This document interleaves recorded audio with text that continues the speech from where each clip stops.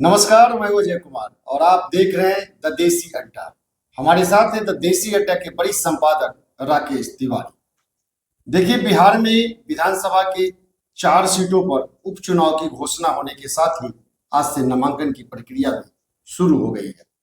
सभी पार्टियां, महागठबंधन और एनडीए दोनों अपने अपने प्रत्याशियों के नाम तय करने वाले हैं। इसी बीच प्रशांत किशोर ऐसे ऐसे उम्मीदवारों के नाम की घोषणा कर रहे हैं जिससे महागठबंधन और एनडीए में थोड़ा खलबली है और टशन भी है। अब प्रशांत किशोर के उम्मीदवार खड़े होने के बाद किन पार्टियों का खेल प्रशांत किशोर बिगाड़ेंगे, आज हम इसी विषय पे चर्चा करेंगे अपने संपादक राकेश तिवारी जी से। तो आइए बात करते हैं और पूरा गणित समझते हैं। राकेश जी नमस्कार। धन्यवाद आपको। एक बार फिर से बिहार में चुनावी माहौल है और सभी पार्टियां अपने प्रत्याशियों के नाम के घोषणा करने में और उसमें लग चुके हैं।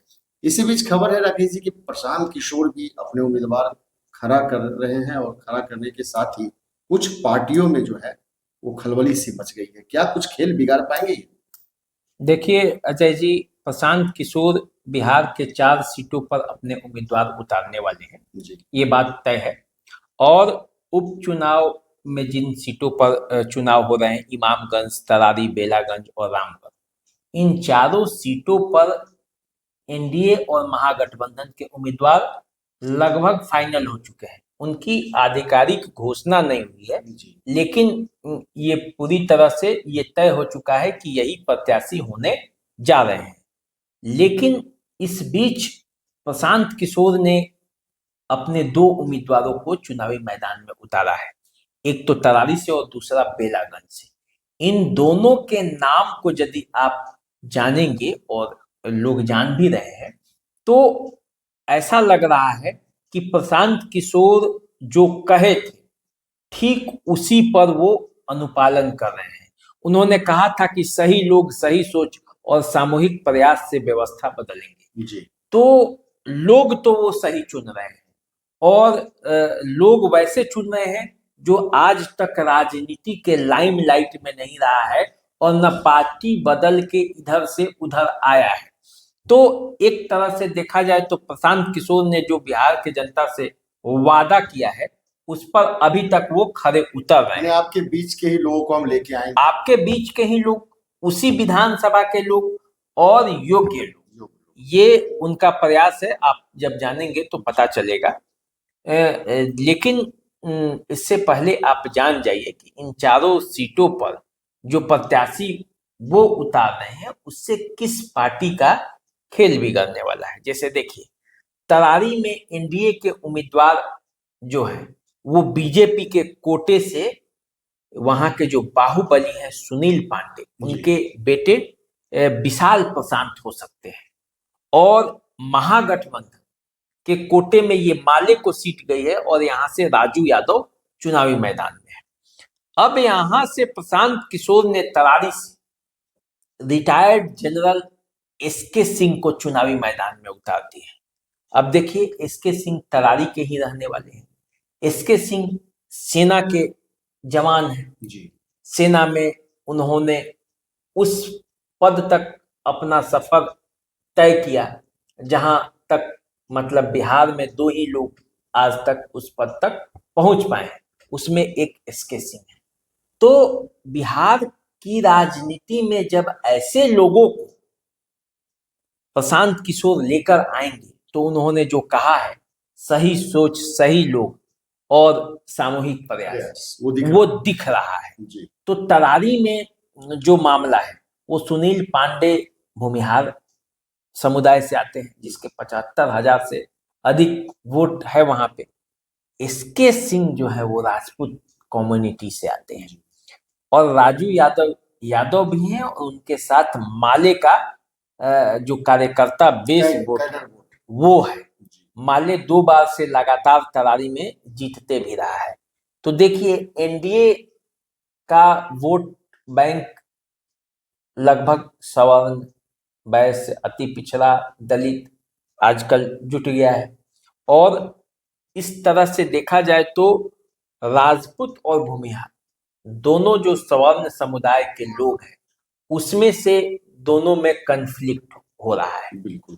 अब वहां सिर्फ बात जाति की भी नहीं है, अब वहां बात देश के भी है। तो जब देश की बात होगी तो वहां जाति कभी कभी टूटने लगता है। तो अब देखिए प्रशांत किशोर ने जो वो खेल किया है, उससे कहीं ना कहीं से तरारी में एनडीए को नुकसान होता हुआ दिख रहा है।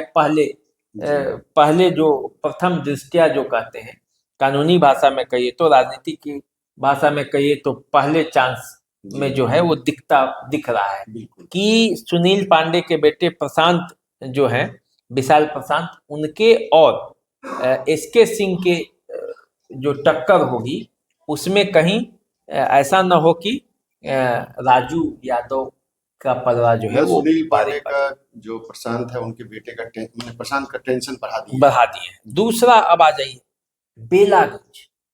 बेलागंज में एनडीए की ओर से यहाँ जेडीयू की मनोरमा देवी चुनावी मैदान में उतर सकते हैं, क्योंकि ये बेलागंज की सीट जो है वो जनता दल यूनाइटेड को गया है। और यहाँ से महागठबंधन के तरफ से आरजेडी के प्रत्याशी जो होंगे वो यहीं के विधायक जो थे, उनके जो अभी जहानाबाद के विधायक हैं सुरेंद्र यादव, उनके बेटे विश्वनाथ यादव यहाँ से प्रत्याशी आरजेडी के हो सकते हैं।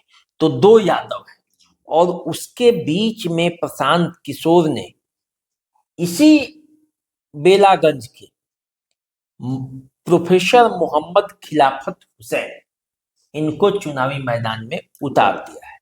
तो अब देखिए दो यादवों के बीच एक मुस्लिम को उतारे हैं, तो अब यहाँ पे माई समीकरण यहाँ पे टूट सकता है, आरजेडी के माई समीकरण में दरार आ सकता है। अब देखिए, अब ऐसा नहीं है कि प्रशांत किशोर ने यादव के बीच में मुस्लिम को उतार दिया, वो जाति से जरूर मुस्लिम है, लेकिन यदि आप देखिएगा तो मोहम्मद खिलाफत हुसैन के नाम के पहले प्रोफेसर लगा हुआ है। वो मैथमेटिशियन है, मिर्जा गालिब कॉलेज के अवकाश प्राप्त मैथमेटिशियन, मैथ के वो टीचर हैं। तो और उनके जो बेटे हैं वो इकबाल हुसैन पहले से जनसुराज से जुड़े हुए हैं और इसी बेलागंज के अमराहा पंचायत के रहने वाले हैं। तो देखिए कैसे बेलागंज में यदि जातीय समीकरण को साधा है तो उसमें भी सही लोग, सही सोच और सामूहिक प्रयास वाला जो मूल मंत्र है वो दिख रहा है, व्यवस्था परिवर्तन के लिए वो दिख रहा है। तो प्रशांत किशोर ने जो बोला है वो कमिटमेंट दिख रहा है। और अजय जी यकीन मानिए, यदि उपचुनाव में प्रशांत किशोर ने इस तरह का कमिटमेंट यदि दिखाया तो 25 का जो चुनाव है, विधानसभा का चुनाव, उसमें प्रशांत किशोर बहुत भारी पड़ने वाले हैं। बहुत बड़ा संदेश होगा, बहुत बड़ा संदेश होगा। यदि उपचुनाव में मामला पलट जाता है और प्रशांत किशोर एक शक्ति के रूप में उभरते हैं तो आप मानिए कि 25 का चुनाव का सारा गणित गुना गणित जो है कुछ बड़ा खेला हो सकता, वो खेला हो सकता है।